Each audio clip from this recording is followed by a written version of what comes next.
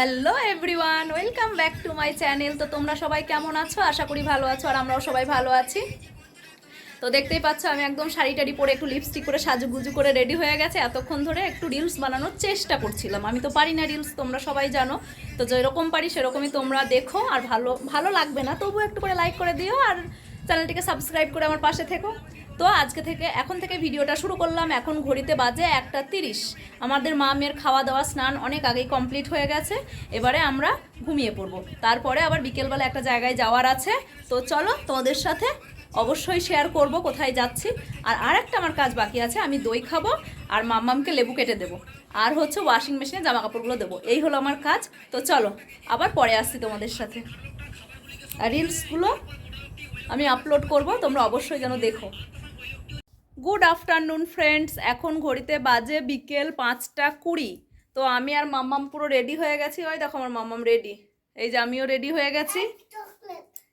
এখন যাব মাম্মামের কলিপিপির বাড়ি। কদিন ধরেই যাব যাব করছি, কিন্তু শেয়ার হয়ে উঠছে না। কেন যাব সেইটা মাম্মাম বলবে। মাম্মাম বলো তো কেন যাব, ভালো করে বলো। কলি একটা আইসক্রিমের জন্য কলিকে এটা সারপ্রাইজ দেবে, আর কলি ওকে আইসক্রিম দেবে। এবার কলি আইসক্রিমটা পেলো কোথায়, আইসক্রিমের একটা গল্প আছে। তো চলো তোমাদেরকে পরে বলছি সেটা। মাম্মাম কি বলছে দেখো। লেটস গো, চলো আস্তে কেয়ারফুলি।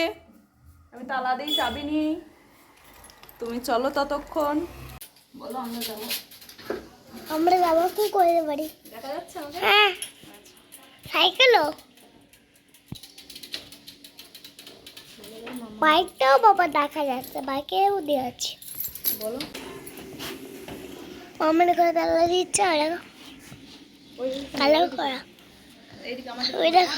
দিন থেকেই ভাবছি কলিদের বাড়ি যাব যাব, কিন্তু আজকে হঠাৎ করেই বেরিয়ে পড়লাম। কলিকে সারপ্রাইজও দেওয়া যাবে চলো। আর কলিকে সারপ্রাইজ কি দেবো, গিয়ে আমরা নিজেরাই সারপ্রাইজড হয়ে গেছি।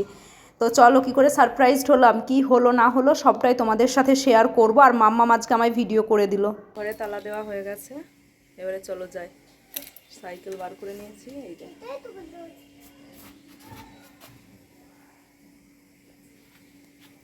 চলো।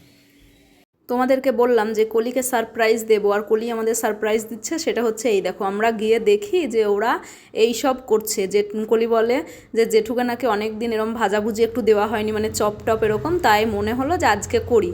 তা গিয়ে তো আমরা দেখেই অবাক হয়ে গেছি। তো ভাবলাম চলো আমাদেরও একদিন খাওয়া হয়ে যাবে কলির হাতের চপ। আর জেঠু এদিকে কলিকে হেল্প করছে হচ্ছে চিংড়ির চপ বানাতে। তো চিংড়ির চপটা অমনভাবে জেঠু বানালো। কি করছেন ম্যাডাম আপনি বসে? হ্যাঁ হ্যাঁ, একটু পরে কলি একটা জিনিস ভাজছে, ওটা খেয়ে তারপরে। চিংড়ির চপ ছাড়াও কলি ডিমের চপ বানিয়েছিল, আলুর চপ বানিয়েছিল। তো সেগুলো তোমাদের সাথে শেয়ার করব।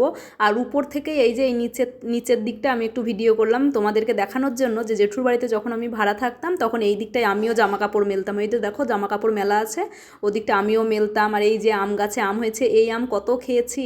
তারপরে নিচে দেখো সাদা ফুলের গাছ আছে, ওই ফুল গাছ থেকে আমরা ফুলও পারতাম। আর এই দেখো এদিকে কলিকে তারপরে ভাবলাম যে মেয়েটা একা একা করছে, তো একটু হেল্প করা যাক। তো প্রথমে তো বসেই ছিলাম, তারপরে দেখে কেমন খারাপ লাগছিল যে কি করব, আমরা চলেও এসেছি। আমি না আসলে নয় ঠিক ছিল যে ও একা একা যা করতে করতো, কিন্তু এসে তো আর বসে থাকা যায় না, ও একটা ছোট মেয়ে।